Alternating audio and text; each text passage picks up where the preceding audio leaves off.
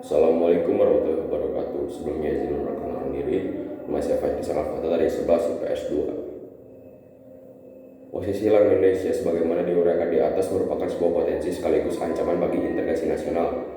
Katakan sebuah potensi karena akan memberikan dampak positif bagi kemajuan bangsa Indonesia serta akan memperkuat keberadaan Indonesia sebagai negara yang tidak dapat disepelekan perannya dalam menunjang kemajuan serta kedamaian dunia. Akan tetapi posisi Bank ini juga menjadikan Indonesia sebagai negara yang tidak terbebas dari ancaman yang dapat memecah belah bangsa. Apa sebenarnya yang menjadi ancaman bagi integrasi nasional? Ancaman bagi integrasi nasional tersebut datang dari luar maupun dari dalam negeri Indonesia sendiri. Dalam berbagai dimensi kehidupan seperti ideologi, politik, ekonomi, sosial, budaya, serta pertahanan dan keamanan. Ancaman tersebut biasanya merupakan ancaman militer dan ancaman non-militer. Posisi Bank Indonesia merupakan sebuah potensi karena memberikan dampak positif bagi bangsa Indonesia dalam berbagai bidang. Contohnya dalam bidang ekonomi, Indonesia dapat dijadikan sebagai transit rute transportasi perdagangan internasional oleh negara-negara timur, Asia Timur, dan juga negara-negara bagian barat. Dalam bidang sosial bangsa Indonesia dapat berinteraksi dalam berbagai negara di sekitarnya, bahkan dengan berbagai negara-negara lain di dunia. Contohnya menjalin hubungan kerjasama antar negara. Selain itu, dalam bidang kebudayaan, Indonesia menjadi mudah mendapatkan pengaruh budaya dari bangsa lain yang berawal dari interaksi warga Indonesia serta dan warga asing, akhirnya membentuk pencampuran budaya. Selain menjadi posisi silang Indonesia dapat menjadikan ancaman bagi bangsa Indonesia karena membawa dampak yang merugikan bagi bangsa, antara lain dalam bidang ekonomi, meningkatnya persaingan global yang merupakan efek dari banyaknya orang asing yang menginvestasikan dana di Indonesia. Proses ekspor impor pun menjadi semakin meluas.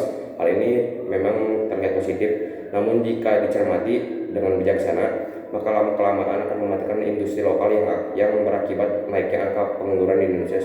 Sedangkan dalam bidang sosial budaya, kerugian yang didapatkan banyaknya perilaku yang tidak sesuai dengan norma-norma yang berlaku di masyarakat Indonesia akibat dari banyaknya budaya asing yang masuk. Ancaman-ancaman tersebut merupakan ancaman integrasi nasional karena dapat memecah belah bangsa dan menghambat terciptanya keserasian dan keselarasan nasional. Umumnya ancaman integrasi nasional ini menjadi dua, yaitu ancaman militer dan ancaman non-militer. Ancaman militer adalah ancaman yang menggunakan kekuatan bersenjata yang terorganisasi, yang mempunyai kemampuan yang membahayakan bagi kedaulatan negara, keutuhan negara, dan keselamatan segenap bangsa. Ancaman militer ini pun dibagi menjadi dua, yaitu ancaman militer dan ancaman non-militer di luar negeri.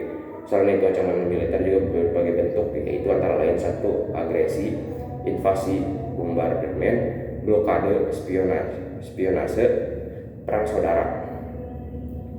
Kemudian ada ancaman non-militer. Ancaman non-militer adalah ancaman yang tidak bersifat fisik, yaitu antara lain pertama, ancaman terhadap ideologi, ancaman terhadap politik, ancaman terhadap ekonomi, ancaman terhadap sosial budaya, ancaman terhadap teknologi informasi, ancaman terhadap keselamatan umum. Dengan demikian, posisi silang di Indonesia membawa keuntungan, kerugian, dan ancaman tersendiri bagi bangsa Indonesia dalam berbagai aspek.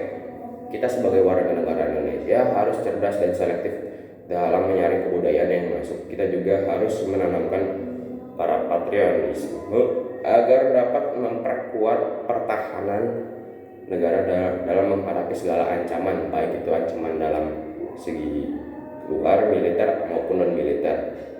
Sekian materi yang saya dapat sampaikan, kurang lebihnya mohon maaf. Assalamualaikum warahmatullahi wabarakatuh.